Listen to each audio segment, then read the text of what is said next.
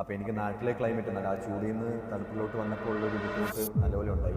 Hi all, first year BSc nursing complete ചെയ്തിട്ടുള്ള ജെറോമാണ് നമ്മളെ കൂടെ ഉള്ളത്. ഇന്ന് ജോർജിയയിലെ ഈ ഒരു വർഷത്തെ എക്സ്പീരിയൻസ് എന്തൊക്കെയായിരുന്നു എന്ന് നമുക്ക് ജെറോമിൻ്റെ അടുത്ത് ചോദിച്ചാൽ.